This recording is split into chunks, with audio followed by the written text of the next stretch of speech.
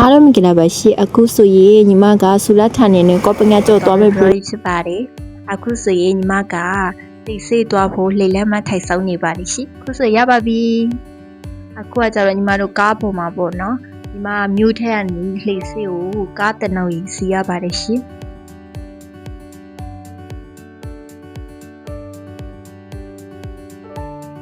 အခုဆိုရင်ညီမကလှိမ့်ပေါ်ရောက်ပါပြီရှင်ခဏတို့ကပေါ့နော်လှေလက်မဖြတ်တဲ့ခြေတော့ဗီဒီယိုမရိုက်ဖြစ်လိုက်ဘူးပေါ့နော်လူအရက်များခြေကြတော့ဗီဒီယိုရိုက်ဖို့သိစင်မပြေလို့ပါရှိအခုဆိုတော့ဗိုက်အရက်စာနေလို့ပေါ့နော်ခောက်ဆွဲနိုးတယ်လာစားပါတယ်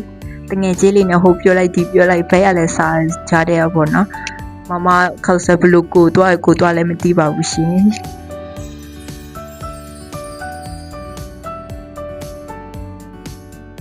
ခုဆိုရေဖိုင်လက်တေးပြီဆိုတော့ထိုးစားတိုင်းအမေစားပြီးတာနဲ့အေးလိုက်ပါပြီ။ဒါဗီဒီယိုလေးကကြတော့တငယ်ချင်းဘေးကနေရိုက်ပြီးထားပါတယ်။ညီမကိုယ်တိုင်မရိုက်ထားပါဘူး။အခုကတော့အေးရနိုးပြီးဆိုတော့လေကောက်လေးတက်လေးရှူပြီးတော့ပဲလက်ပြေအောင်ထွင်ကြည့်လိုက်တော့ပေါ့နော်။ဒါကတော့ဟိုကြည့်ဒီကြည့်ဟိုငေးဒီငေးနဲ့ပဲလက်ပြေမှာပေါ့နော်။ပဲတွေအများကြီးပေးနေကောင်မလေးတယောက်ဖြစ်ပါလိမ့်ရှင်။အခုဗီဒီယိုလေးကတော့ဒီတော့ပါပဲရှင်။နောက်ထပ်ဗီဒီယိုလေးလည်းအားပေးပါလို့ပြောချင်ပါတယ်ရှင်။